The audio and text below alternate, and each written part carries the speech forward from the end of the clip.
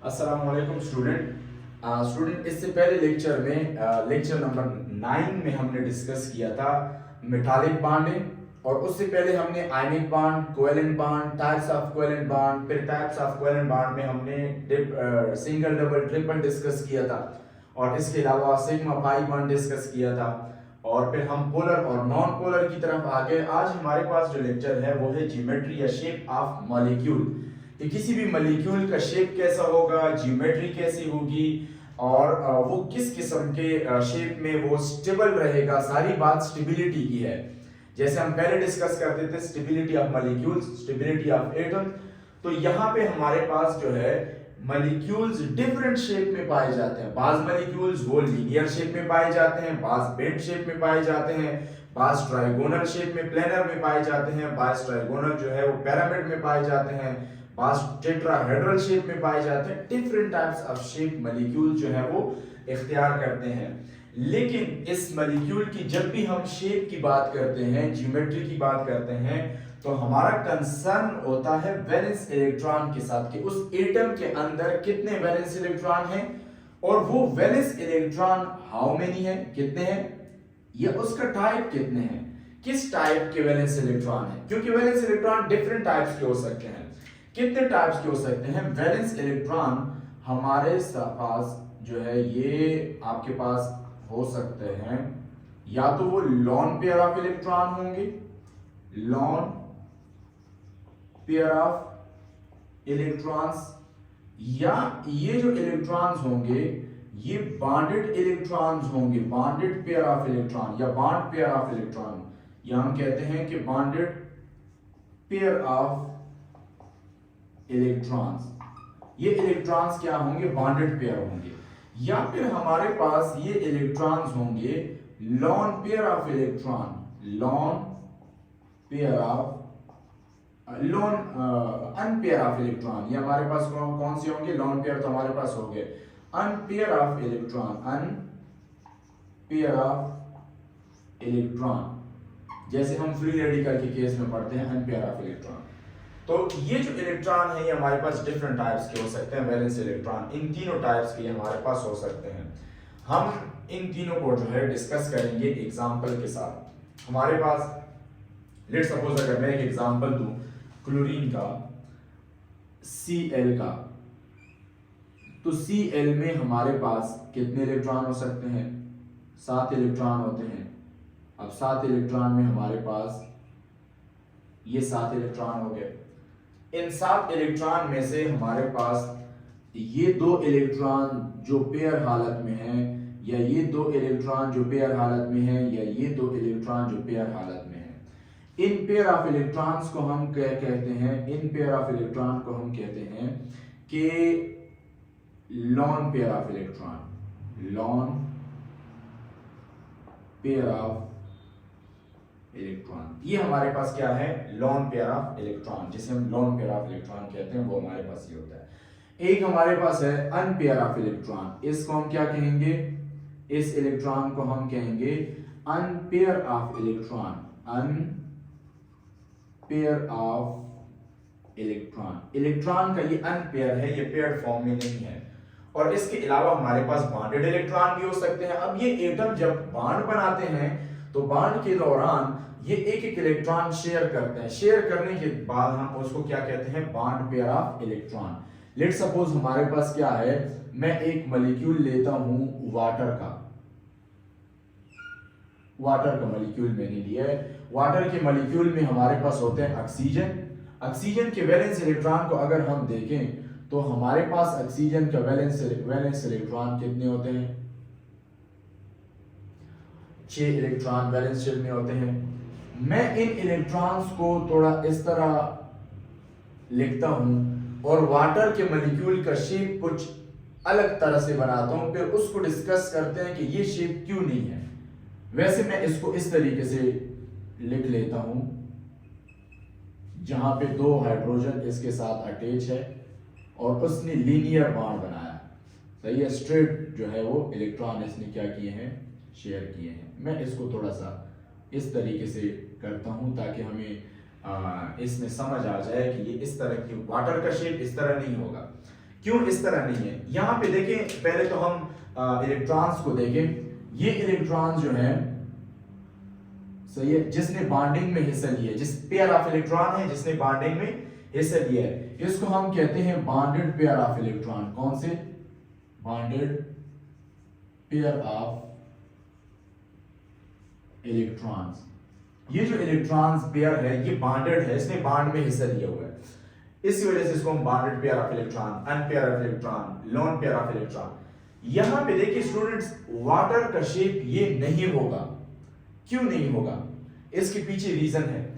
देखिए हमारे पास यहां पे loan pair of electron, lone pair of electron, दोनों इलेक्ट्रॉन पेयर हैं, तो ये आपस में क्या करेंगे? ये अच्छा खासा रिपल्जन क्रिएट करेंगे। इन दोनों ऑक्सीजन में दोनों पेयर ऑफ इलेक्ट्रॉन रिपल्जन की वजह से ये दोनों दूर दूर चले जाएंगे। जब ये दूर आएंगे तो मैं इसको क्या इस तरीके से करता हूं कि ये थोड़ी नीचे आएंगे, ये इस साइड से नीचे आएंगे। जब ये दूर जाएंगे, नीचे आएंगे, इस दौरान ये इन इलेक्ट्रॉन्स के साथ भी क्या पैदा करता है? जो बॉन्डेड इलेक्ट्रॉन है इनके साथ भी रिपल्जन पैदा करेगा और ये इसके साथ भी रिपल्जन पैदा करेगा। इस रिपल्जन के केस में वाटर के जो बॉन्ड है जो हाइड्रोजन के साथ अटैच है वो ऐसे स्ट्रेट नहीं होंगे, क्योंकि ऊपर से जो दो दो इलेक्ट्रॉन है, लोन पेयर ऑफ इलेक्ट्रॉन, वो lone pair electron in bond pair के दो दो इलेक्ट्रॉन को रिपेल करते हैं, जिसकी वजह से ये बॉन्ड क्या हो जाता है? रिपल्जन की वजह से इस तरह दूर चले जाते हैं। सही है, पहले ये इस तरह स्ट्रेट थे, फिर ये बेंट हो जाएंगे, क्योंकि ऊपर से रिपल्जन काज हो रहा है, ऊपर से रिपल्जन काज हो रहा है। अब ये ऐसे तो हो जाएंगे, लेकिन क्या स्टूडेंट एग्जामिनर कभी कभी एक क्वेश्चन वायवा में पूछते हैं कि ये ऐसे तो है लेकिन ये इतने ज्यादा नजदीक क्यों नहीं आते? तो स्टूडेंट अगर हम देखें तो यहाँ पे in bond pair of electron की वजह से ये एक दूसरे के नजदीक भी नहीं आ सकते। इधर क्या होगा? रिपल्जन क्रिएट होगा। तो ये क्या होंगे? ये थोड़े से इसकी रिपल्जन की वजह से हमारे पास दूर भी होंगे, ज्यादा नजदीक नहीं होंगे। तो यहाँ पे हम वाटर के मॉलिक्यूल्स की वजह से, वाटर के मॉलिक्यूल के इलेक्ट्रॉन की रिपल्जन की वजह से जो इसका शेप होगा वो हमारे पास कैसे होगा? वाटर के मॉलिक्यूल का शेप ऑक्सीजन, उसमें लोन पेयर ऑफ इलेक्ट्रॉन एक दूसरे से दूर चले जाएंगे, और जो बॉन्डेड इलेक्ट्रॉन्स है, पेयर है, जिसमें दो हमारे पास हाइड्रोजन मॉलिक्यूल अटैच हैं, वो हमारे पास कुछ इस तरीके से अरेंज हो जाएंगे। अब वाटर का शेप ये है। तो मैंने दूसरा क्या बताया कि ये आपस में भी रिपल्जन करते हैं, इसी वजह से ये ज्यादा करीब भी नहीं आ सकते, ये थोड़े से बेंट शेप में होंगे। इस शेप का नाम क्या है? इस शेप को हम कहते हैं एंगुलर, या फिर इसको हम कहते हैं बेंट शेप, एंगुलर या बेंट। इधर एंगल कितना होगा? इधर एंगल होता है 104.5 डिग्री एंगल होता है, आई थिंक तकरीबन इतना एंगल इसके अंदर होता है। तो ये हमारे पास वाटर का मॉलिक्यूल, इसका शेप ये है। सही है, वाटर के मॉलिक्यूल का शेप अगर हम मॉडल के फॉर्म में देख लें तो ये वाटर का मॉडल मैंने बनाया हुआ है, जिसमें हमारे पास एक ऑक्सीजन एटम है, एक हमारे पास क्या है? ऑक्सीजन एटम है, और दो हाइड्रोजन एटम है जो कि एक दूसरे के साथ कोवेलेंटली बॉन्ड अटैच है, और ये दोनों क्या हैं? ये दोनों आपस में इस तरीके से एक बेंट शेप बनाते हैं, एंगुलर शेप बनाते हैं। इसको हम कहते हैं वाटर का मॉलिक्यूल इस तरीके से बेंट शेप बना लेता है। सेम हमारे पास और भी मुख्तलिफ सारे मॉलिक्यूल है जो हम आगे शो करेंगे एग्जाम्पल के साथ ही। हमारे पास अब हम एक एग्जाम्पल लेते हैं सल्फर डाइऑक्साइड का। सल्फर डाइऑक्साइड का, सल्फर डाइऑक्साइड में हमारे पास क्या बनता है? कुछ इस तरीके से शेप बनता है, जिसमें हम कहते हैं एंगुलर या बेंट शेप, इसलिए हम कहते हैं सल्फर डाइऑक्साइड वो इस तरह बेंट शेप बनाता है। कौन सा शेप बनाता है? Bent shape. सल्फर डाइऑक्साइड भी हमारे पास वैलेंस शेप जो है ये हमारे पास किस शेप, किस उसमें होता है? ये भी हमारे पास जो है 6 ग्रुप से है, 6 ग्रुप से है। ये भी हमारे पास इस तरह का शेप बनाएगा, सही है, जिसे हम कहते हैं बेंट शेप कहते हैं, बेंट ज्योमेट्री है इसकी। यहाँ पे अगर हम एंगल को डिस्कस कर लें तो आई थिंक यहाँ पे एंगल 119.3 डिग्री का एंगल यहाँ पे है।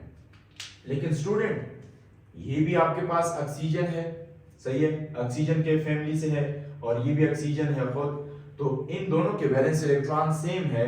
इन दोनों के साथ जो है बेंट शेप है, ये भी बेंट एंगुलर शेप है, वो भी बेंट शेप है। इसके अंदर 104.5 एंगल है, उधर 119 एंगल है। मतलब ये है कि हमारे पास अगर मैं इसको मॉडल भी दिखाऊं तो हमारे पास ये दो मॉडल है इनके, सही है। इन दोनों मॉडल में अगर हम देखें तो इन दोनों मॉडल में जो वाटर का मॉलिक्यूल है, वाटर का मॉलिक्यूल ज्यादा बेंट है, और जो हमारे पास सल्फर डाइऑक्साइड का मॉलिक्यूल है वो ज्यादा बेंट नहीं है। इनके दरमियान एंगल कितना है, 119.3। और वाटर के मॉलिक्यूल में हमारे पास बॉन्ड कितना है, वाटर के मॉलिक्यूल में हमारे पास एंगल है 104.5।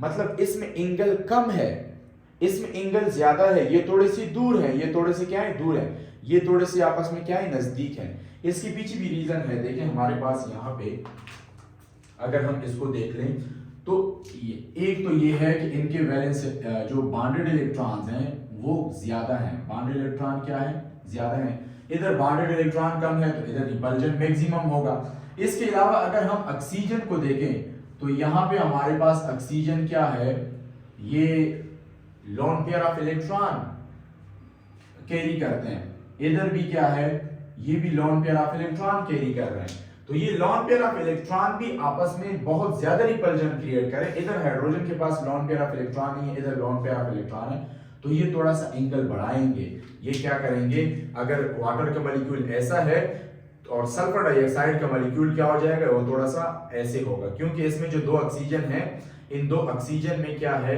कि थोड़ा रिपल्जन ज्यादा है इनके लोन पेयर ऑफ इलेक्ट्रॉन होने की वजह से। ये हमारे पास एक स्ट्रक्चर है, जैसे ये शेप बनाएगा। इसके अलावा हमारे पास क्या स्ट्रक्चर है कि हमारे पास है boron try chloride BCl3, BCl3 boron try chloride, इसको हम कहते हैं बोरान ट्राई क्लोराइड। ये भी हमारे पास बोरान ट्राई क्लोराइड। अगर हम बोरान को देखें तो बोरान हमारे पास थर्ड ग्रुप से है, 3 वैलेंस इलेक्ट्रॉन हैं जो इसने क्या किए हैं, शेयर किए हैं। अब इसने इलेक्ट्रॉन भी शेयर किए हैं, इसके पास कोई ऐसा इलेक्ट्रॉन वैलेंस शेल में नहीं है कि जिसकी वजह से ये 3 इलेक्ट्रॉन्स जो हैं वो 3 इलेक्ट्रॉन जो लोन पेयर ऑफ इलेक्ट्रॉन हैं ये इन बॉन्डेड के ऊपर फोर्स ऑफ रिपल्जन क्रिएट करें, जिनकी वजह से ये इस तरीके से एक प्लेन से दूसरे प्लेन में चले जाएं। तो इस तरह नहीं है, बल्कि जो हमारे पास बोरान का स्ट्रक्चर है वो हमारे पास कुछ इस तरह जो है आ जाता है। अगर मैं आपको दिखाऊं तो ये हमारे पास बोरान का स्ट्रक्चर है। अब बोरान के ऊपर हमारे पास एक बोरान हमारे पास है, 3 हमारे पास क्लोराइड एटम्स हैं, सही है। तो ये इसी एक प्लेन में होंगे। ये किस प्लेन में होंगे, इसी एक प्लेन में। एक प्लेन में क्यों है, क्योंकि बोरान के 3 इलेक्ट्रॉन्स ऑलरेडी यूज हैं। अब जब ऑलरेडी यूज हैं बोरान के 3 इलेक्ट्रॉन्स, तो ये हमारे पास एक ही प्लेन में होंगे, कोई इलेक्ट्रॉन्स इधर नहीं है, जिसकी वजह से इन 3 इलेक्ट्रॉन्स बॉन्ड इलेक्ट्रॉन्स पे क्या करे, बॉन्ड इलेक्ट्रॉन्स पे फोर्स ऑफ रिपल्जन क्रिएट करे, जिसकी वजह से ये नीचे की तरफ आ जाए कोई और शेप। तो ये हमारे पास मैक्सिमम फासले पे भी है एक दूसरे से। अब यहाँ पे एक क्वेश्चन और भी हो सकता है कि ये जो है ये नजदीक क्यों नहीं आ रहा है। देखिए अगर ये नजदीक आ गए, इधर तो रिपल्जन कम हो जाएगा, लेकिन इधर रिपल्जन मैक्सिमम हो जाएगा। इसी वजह से ये खुद को इतनी मिनिमाइज करेंगे रिपल्जन, जिसमें एंगल सबसे ज्यादा से ज्यादा हो, ज्यादा से ज्यादा एंगल बनाएंगे, वो शेप ये बनाएंगे। तो यहाँ पे जो इसका एंगल है, अगर हम इसकी एंगल की बात करें तो हमारे पास इसके दरमियान इधर एंगल कितना है, 120 डिग्री, और यहाँ भी 120 डिग्री, और यहाँ पे भी 120 डिग्री। ये तीनों एंगल क्या है हमारे पास, 120 एंगल के हैं। और इसको हम नाम देते हैं ट्राइगोनल प्लेनर। प्लेनर मतलब कि एक ही प्लेन में है, एक ही प्लेन में है। ये जो प्लेन है वो इसका एक ही है। नेक्स्ट हमारे पास एक मॉलिक्यूल आता है जिसको हम डिस्कस करते हैं NH3।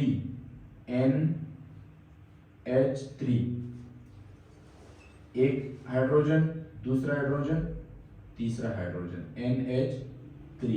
ये NH3 की अगर हम स्ट्रक्चर कंपेयर करें BCl3, इसमें भी 3 साइड एटम्स है, दरमियान में एक एटम्स है, इसमें भी है, लेकिन इसका जो स्ट्रक्चर होगा NH3 का स्ट्रक्चर, ये एक ही प्लेन में नहीं होगा। क्यों एक ही प्लेन में नहीं होगा? क्योंकि यहाँ पे नाइट्रोजन के ऊपर क्या है, पेयर ऑफ इलेक्ट्रॉन मौजूद है। इसका जो शेप होगा वो कुछ इस तरीके से होगा जैसे मैंने यहाँ पे बनाया है। अगर आप देखें तो ये एक प्लेन में नहीं है। ये हमारे पास जो स्ट्रक्चर है NH3 का, इसमें नाइट्रोजन के ऊपर 2 इलेक्ट्रॉन है, पेयर ऑफ इलेक्ट्रॉन है, और इस पेयर ऑफ इलेक्ट्रॉन की वजह से क्या होगा कि ये जो बॉन्डेड इलेक्ट्रॉन्स हैं, सही है, बॉन्डेड इलेक्ट्रॉन हाइड्रोजन के साथ जो है इस पेयर ऑफ इलेक्ट्रॉन की वजह से ये रिपल्जन काज करेंगे, जिसकी वजह से ये एक प्लेन में नहीं होंगे बल्कि नीचे की तरफ मुड़ जाएंगे। और इस शेप को फिर हम कौन सा शेप कहते हैं? ये एक पिरामिड का शेप है। कौन सा शेप है ये? पिरामिड का। और इस शेप को हम कहते हैं, है तो ट्राइगोनल, 3 है एंगल वाला, तो ये हमारे पास है ट्राइगोनल, लेकिन ये प्लेनर नहीं है। ट्राइगोनल तो है लेकिन ये प्लेनर नहीं है। इसको हम कहते हैं ट्राइगोनल पिरामिड। ये पिरामिड के शेप में है, इसको हम कहते हैं ट्राइगोनल पिरामिडल, ट्राइगोनल पिरामिडल।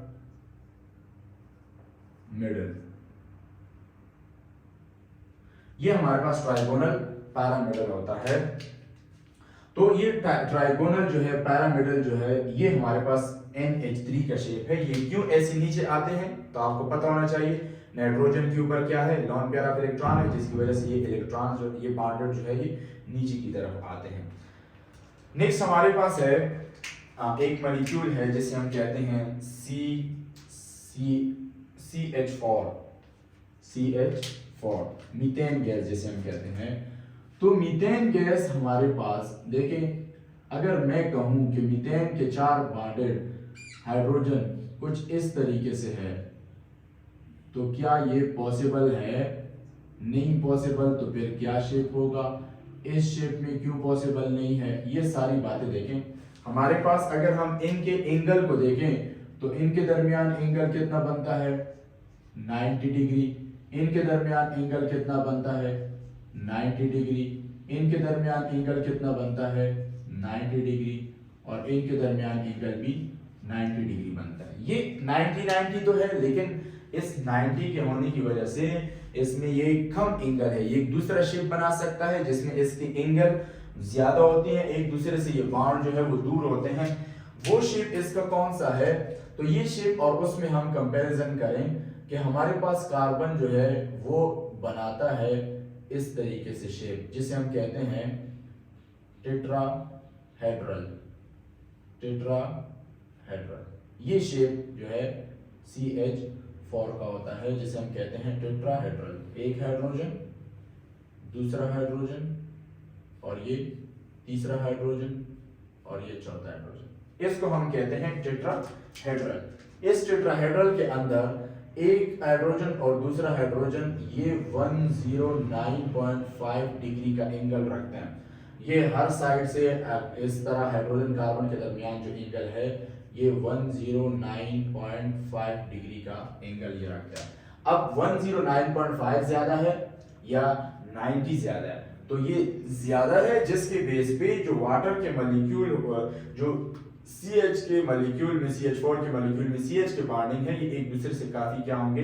दूर होंगे, एक दूसरे से काफी दूर होंगे, जिसके बेस पे इनके दरमियान जो बॉन्डिंग होता है 109.5 होता है। जैसे इसका स्ट्रक्चर मैं आपको दिखाता हूं। इसके स्ट्रक्चर में हमारे पास CH4,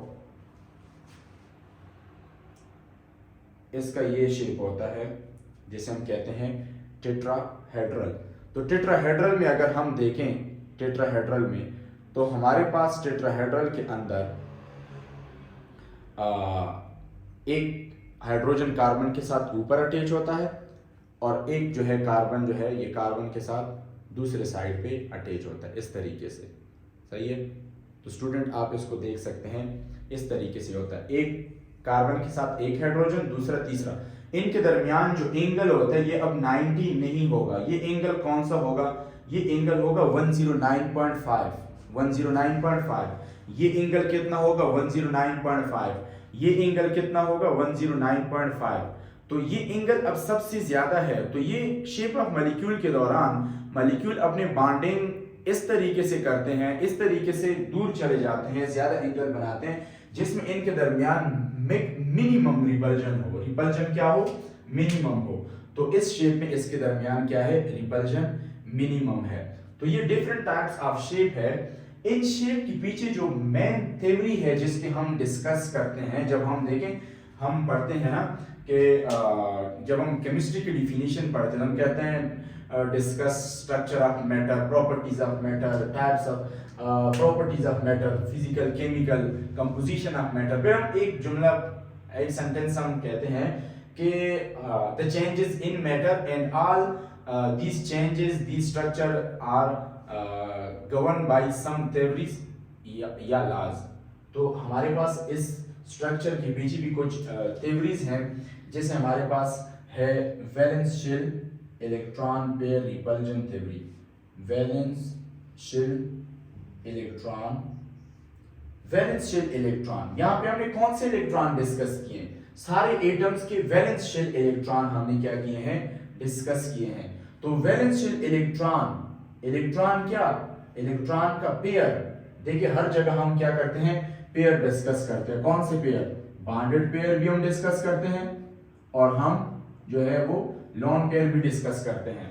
हम बॉन्डेड पेयर ऑफ इलेक्ट्रॉन्स को भी डिस्कस करते हैं और हम लोन पेयर ऑफ इलेक्ट्रॉन को भी डिस्कस करते हैं। Loan pair of electron, bonded electron, दोनों को हम क्या करते हैं? डिस्कस करते हैं।